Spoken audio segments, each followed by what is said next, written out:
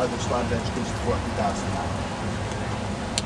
I couldn't tell you that. Somebody else probably could. Dr. Walker probably could.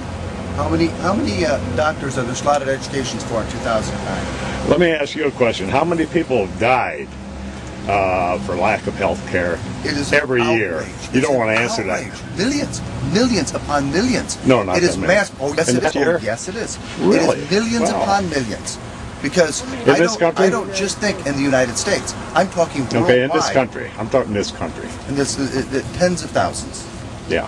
And more than that. How many bankruptcies have there been because of health care? My brother-in-law is a bankruptcy attorney, and many of the bankruptcies because of inability to pay for health due to a number of different reasons, right? Rick, but how many doctors are there slotted education spots for in 2000? How many what? How many doctor spots are there slotted educations for in 2000? Oh gosh, I don't know. You don't know. Do you know? 2006. Do you have the answers to the questions that you're asking? 2006, there's a little over 25,000 doctors that graduated from U.S. medical schools. Let me ask you a question. Why are you here today?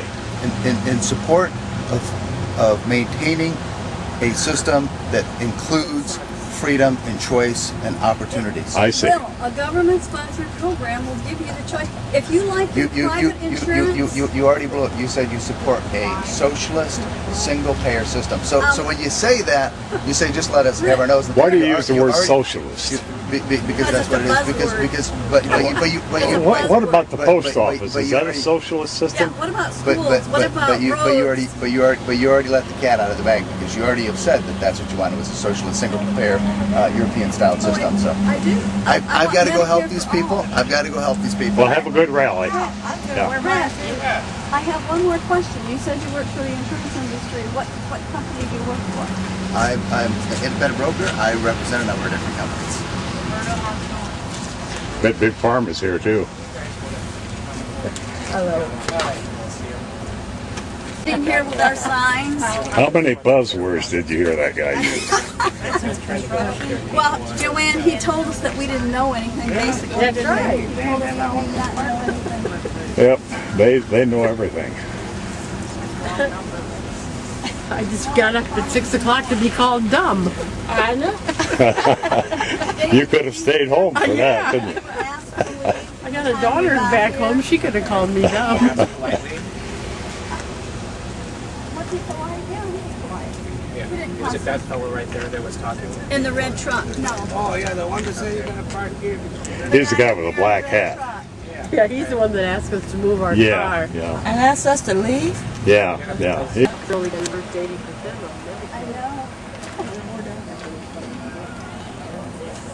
I'm waiting to see what the bill is for my cabinet because I'm paying them in minutes and spent it all. Yeah, there's a sign something about don't spend my grandchildren. Yeah.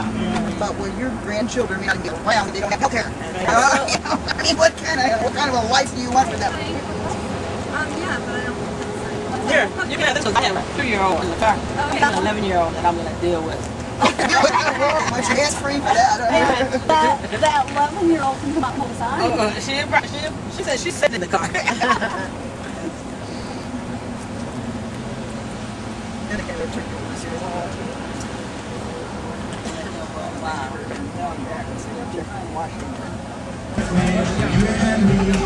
Not the federal government.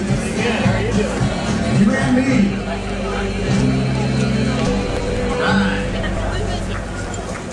Alright, we're going to shift around here. We set up this way because we thought it was going to keep raining and everything. So any of you who want to come out here, please feel free. We're going to shift around a little bit so we can get more people involved. Come on out here. We're going to celebrate our liberty and freedom together. About the stars and stripes, the land where the eagle flies. If you know it, sing along.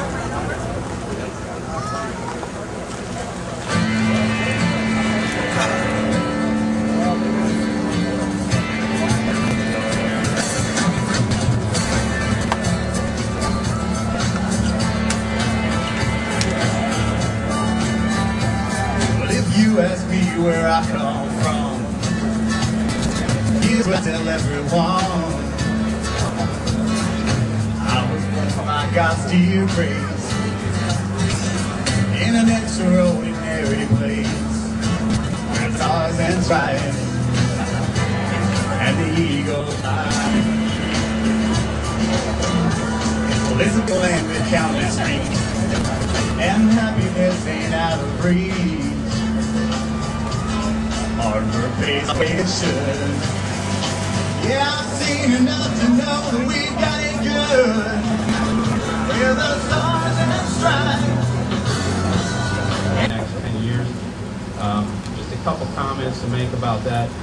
This was a recent article from Newsweek that says Obama has also said that he has identified 2/3 of the cost to be paid for by tax dollars that are already being spent right now, but identified is the operative word.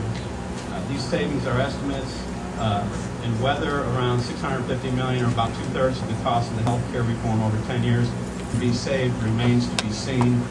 Most of the money will come from Medicare, but cuts in payments to insurers and practitioners aren't popular measures that easily move through Congress. One other prediction: the last time the Congressional Budget Office had to estimate a large national health care plan was Medicare in 1965. And they estimated that the first 25 years of Medicare was going to cost $9 billion. When 1990 arrived and the first 25 years was over, actually the price tag was $66 billion. So as an insurance agent, what I tell people, the first thing you should do is read what your contract doesn't cover, limitations and exclusions. It's only about 2 pages. And I do that as an agent on everything I sell before I decide if I'm going to sell it or not. If I see something fishy in the contract, I wouldn't sell that to my clients. But that's how insurance contracts work. Read what it doesn't cover first, and then make the assumption it is going to cover everything else. And if not, you disagree.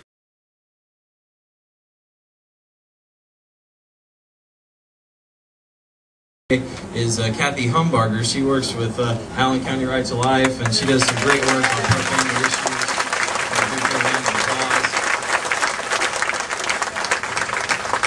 Can you guys hear me okay? Doing all right? Okay, good. If you can't, just yell at me. That's all right. I get used to it. So, one thing we want to talk about is the kind of the pro-family angle of this legislation. You probably heard some, whether you're pro-choice or pro-life. I think there's really been kind of neutral ground in the federal government over the last few decades as it applies to taxpayer funding of abortions, and that's really kind of been where the line has been drawn. Is that the federal government won't pay for abortions. There's a majority of Americans that are pro-life, and they wouldn't want their taxpayer dollars going to that.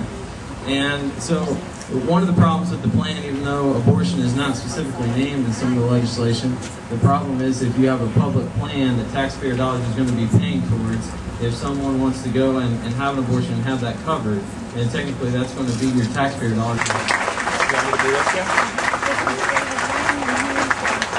What's your name first? Regardless of what side of that issue you're on, the pro-choice side, it's one thing to want to keep it legal, and it's another to push pro-life folks to pay for it. And what we group think are you that's a with real today? issue. Who's just for common sense healthcare? And what's your name? My name is David Langer, D-A-V-I-D-L-I-N-G, and I'm just a private citizen of Fort Wayne who does not like the tour bus that he sees behind me. Okay, that's my question. What do you think of the tour bus? I think the tour bus is a misleading use of get a good soundbite in eventually. Go ahead. About overseas, it's a little Okay, troubling so about it makes me nervous to talk about the government ends up having to save costs. I'm out here to protest the incendiary language that's in on the tour bus right here. I find the red palm print and the phrase "hands off my health care" to be misleading, and I think that people who are responsible for this tour. Everything you want to see. Pump a pint out. We're talking about the blood of Jesus, not the blood of man. Oh, Matthew 25, that's the guy that